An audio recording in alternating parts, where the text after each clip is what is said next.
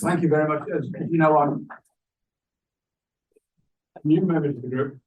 John Hill, I'm a local man. I live in Heritage Plain. I was born in Wimbledon, which is only 3 miles away. All my family originally come from Lichfield. I spent most of my career sending young miscreants to jail as a magistrate.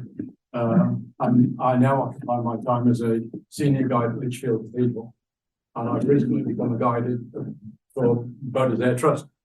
My passion is history, and my hero is the first Marquis of Anglesey. So, as you can see from the title, my talk is on the pageants of Beaudesert and the life and career of the first Marquis of Anglesey, who was nicknamed One Leg. The reason for that will become obvious as we go through the talk. It all starts with Castle Ring, which you probably all know. It's only 2 miles from here.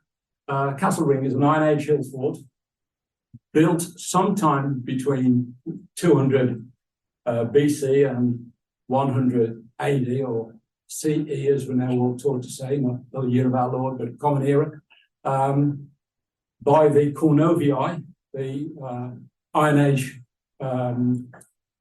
ancient Britons, as they were entitled by the Romans.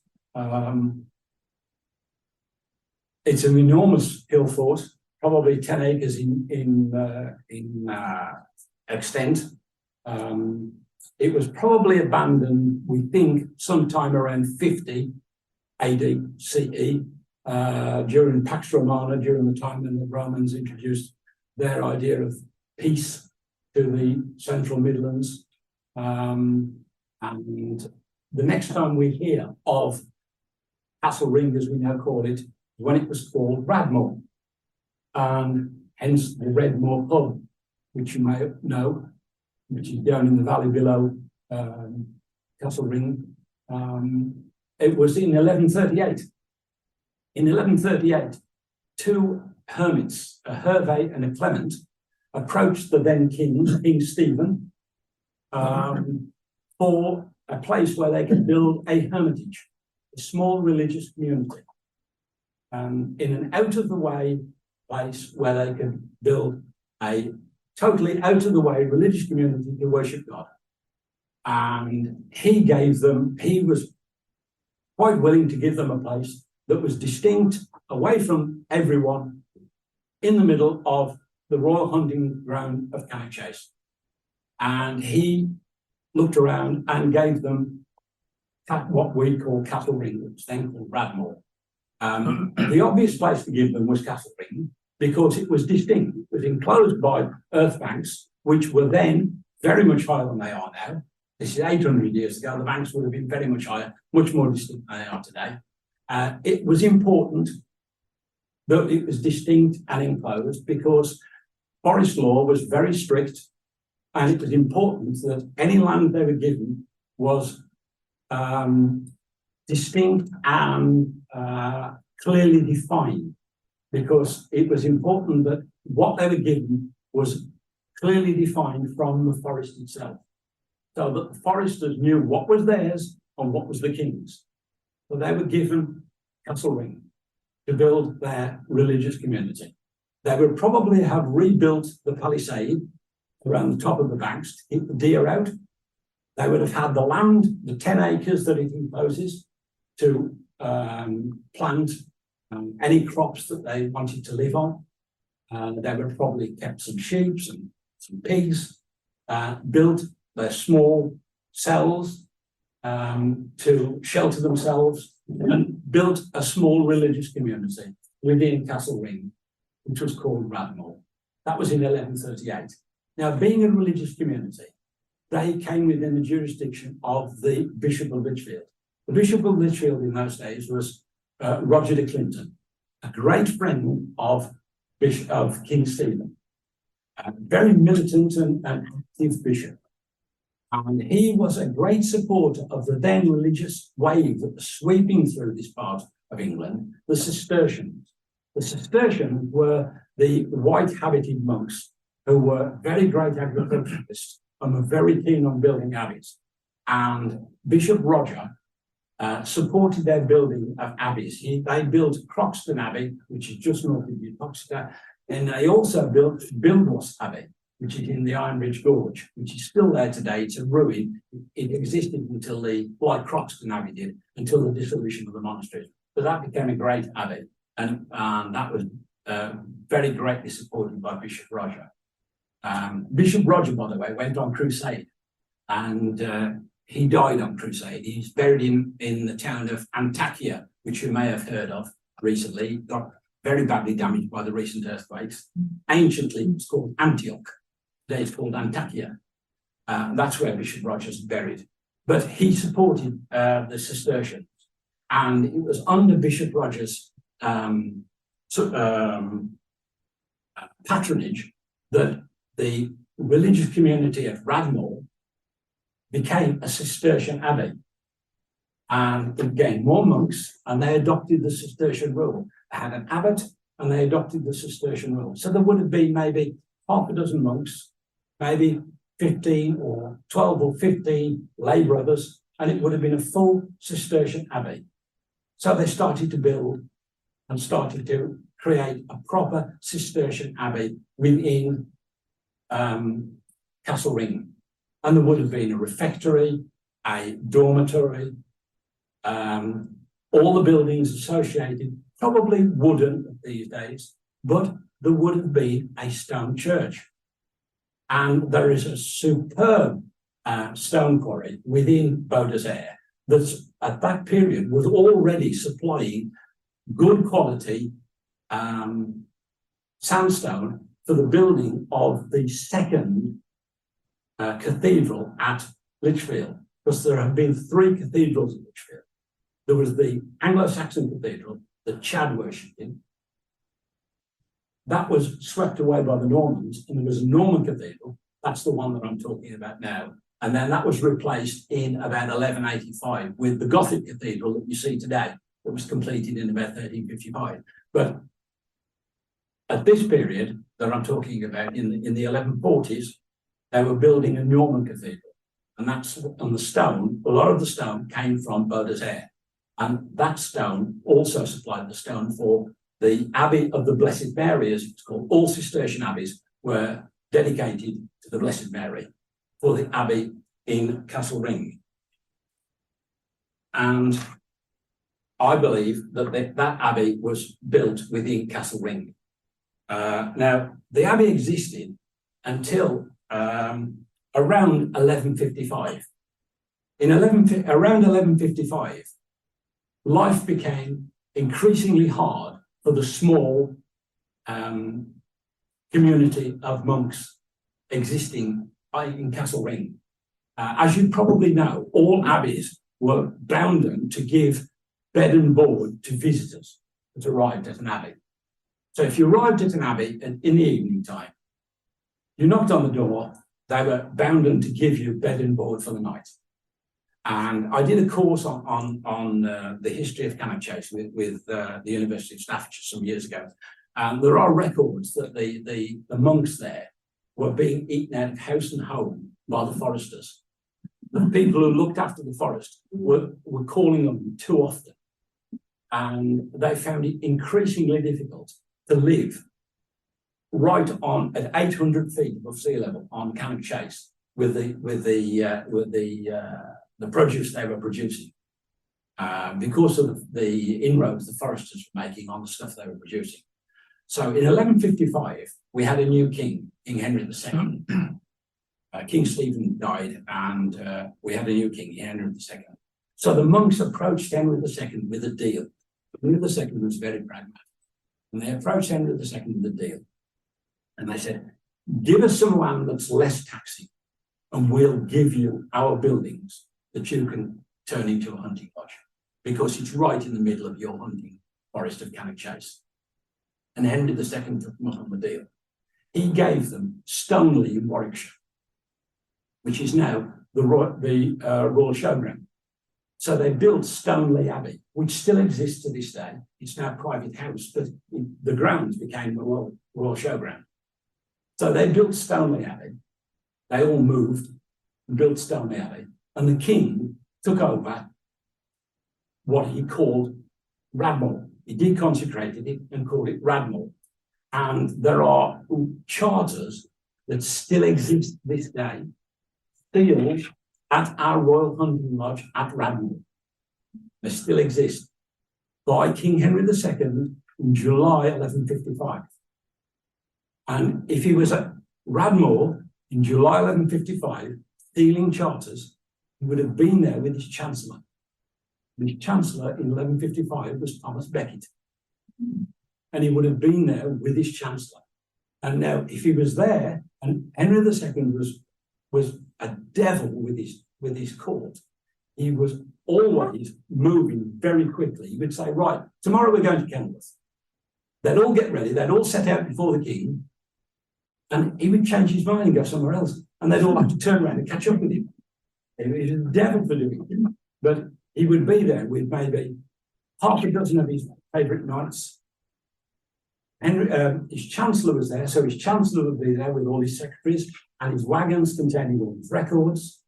He would be there with his hunting dogs, his hunting hawks, and his huntsmen, all his kitchen staff. So that within Castle Ring, they would be catering for maybe 100 people, 200 horses.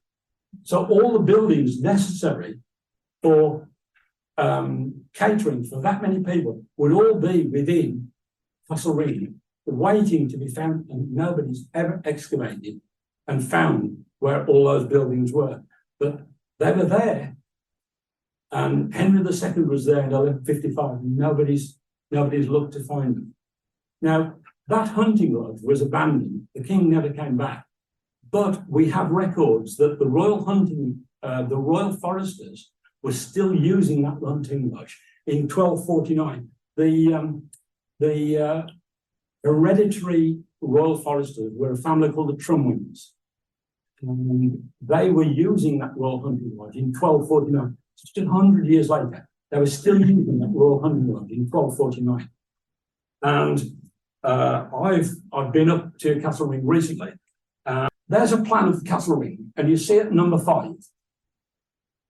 These are on any old map you get, Castle Ring. You will see at the top north corner, you will see that it is marked on old maps. It'll say hunting lodge, site of.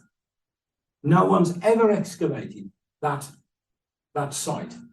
Now, if you go there, you will see there are foundations. That dotted line, by the way, is a road that was cut through by the first Marquis. It's a road that he just had cut straight through the banks without any consideration.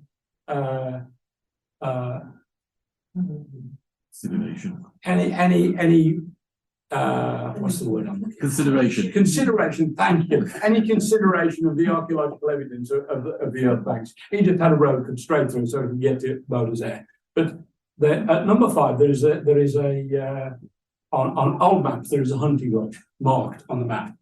And when you go today, that's what you can see. There are considerable stone foundations just within the banks. You can see in the background where that large tree is, that's the major bank that goes all the way around. And just within the banks, where the trig point used to be, so the trig point's now removed. The trig point used to be up here. And these earth banks here are all on the top of stone foundations. Large stone foundations with doorposts and the foundations for steps and doorways where that hunting lodge was. And there's no other explanation for it. It's marked on old maps as hunting lodge site of.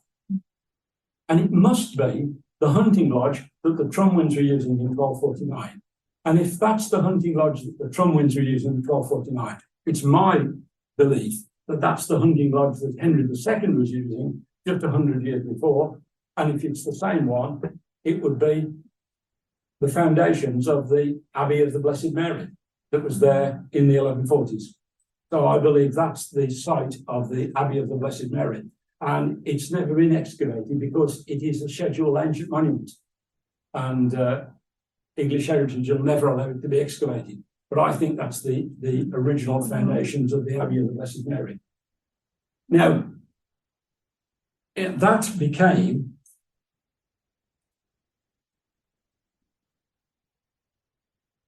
that became the royal, the bishop's hunting lodge in 1184. When King Richard wanted to go on crusade, he sold Radmore to Bishop Nonant, the then Bishop of Coventry and Lichfield, because he was selling everything that wasn't nailed down so he could go on crusade. And he sold Cannock Chase to the bishop, and the bishop took it over as a royal hunting lodge. So the bishop suddenly came into possession of a royal hunting lodge, or a hunting lodge on Cannock Chase, the one that was in Castle Ring. But it's very exposed, and it was quite small, and it was old, and not really conducive to the dignity of a bishop. And in the late 13th, early 14th century, we got a bishop who was tremendously wealthy, Bishop Walter Langton. He was bishop between 1296 and 1321, and he was treasurer to Edward I. He was tremendously wealthy.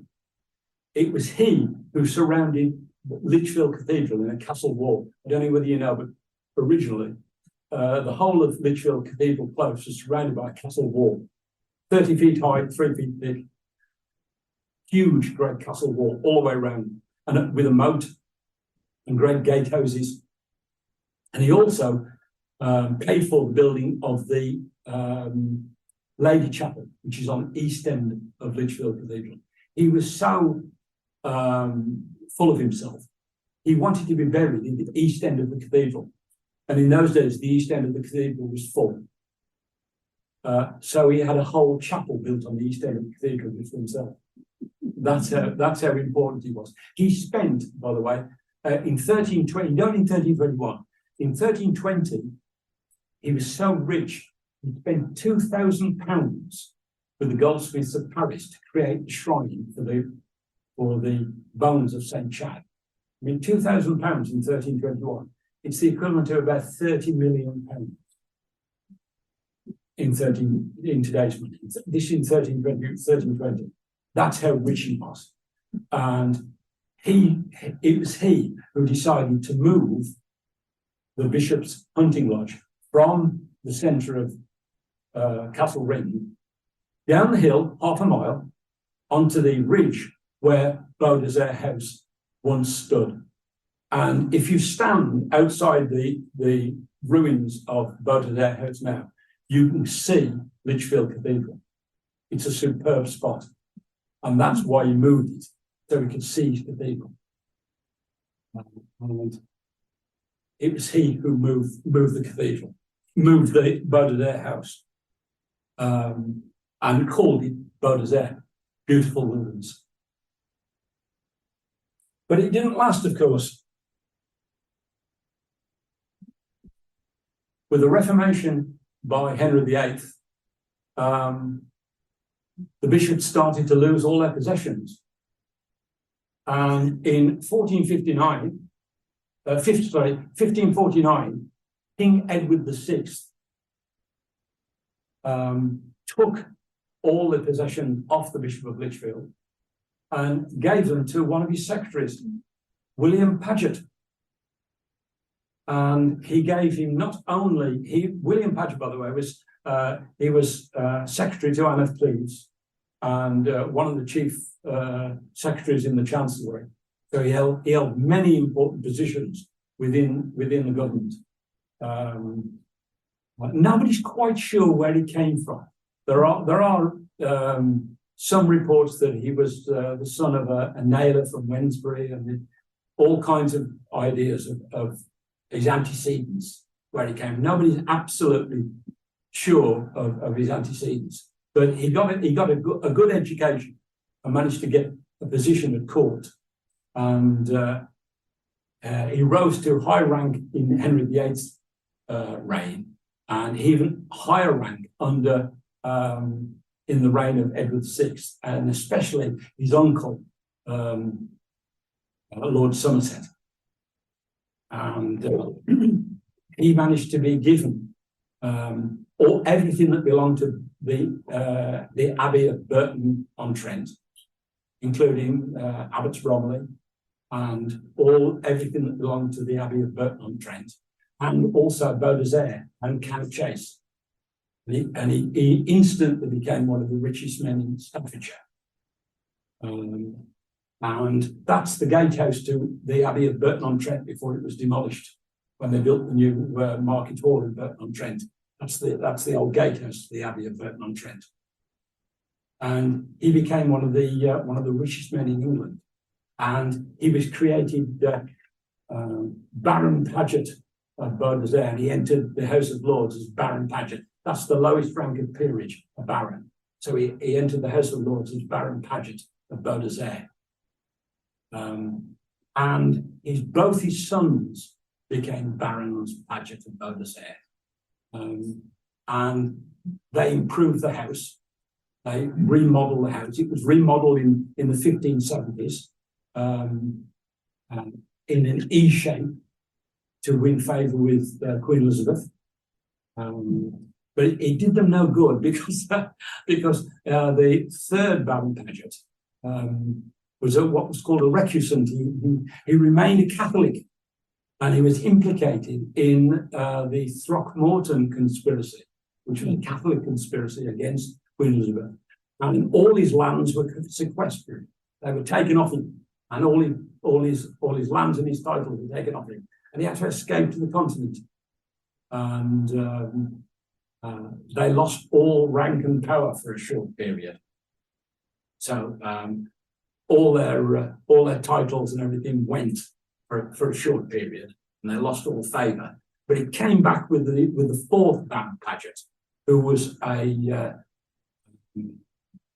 fourth Baron Paget was a confirmed Protestant, and was a great supporter of the succession of James I. James VI of Scotland, James I of England. He was a great supporter of James I. So he came back as James I, and he was a great supporter of James I, and got all his lands back. And in 1714, one of his successors was created Earl of Uxbridge, because his son was created Earl of Uxbridge in 1714 for supporting the succession of George I when Queen Anne died. So that's how he got to be Earl of Uxbridge, by supporting the Hanoverian succession in 1714.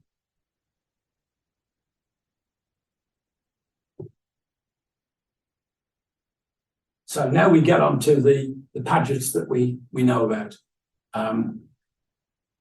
So now they're Earls of Uxbridge, but unfortunately that Baron Paget died childless. That Baron Paget, who became the Earl of Uxbridge in 1714, he died in 1769 childless, and by a quirk of succession, the earldom was allowed to succeed through the female line.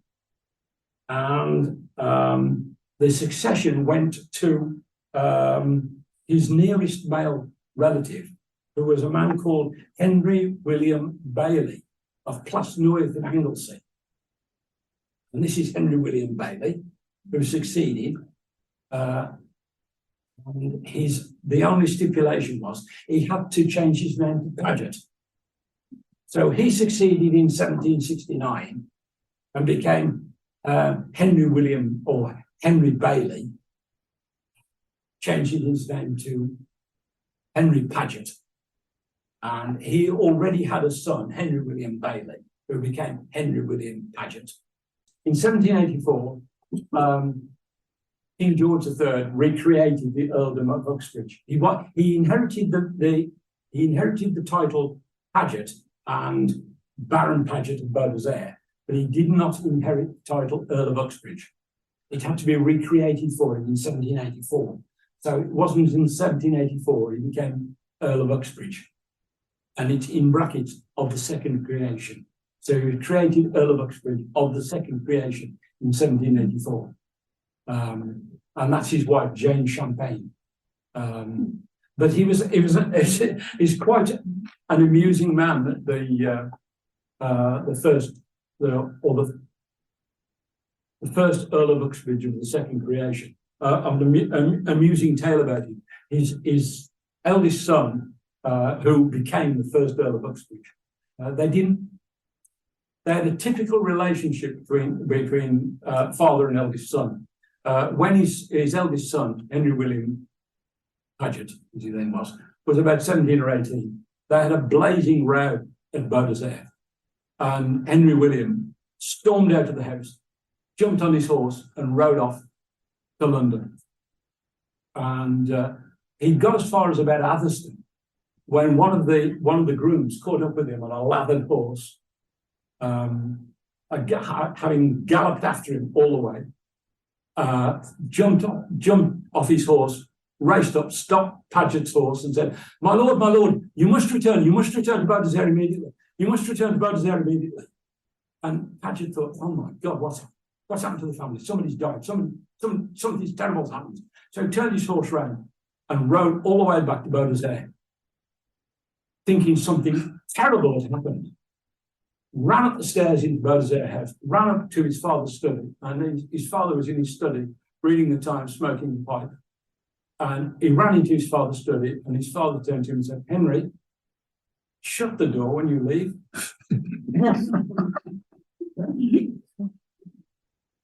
Typical father and son relationship.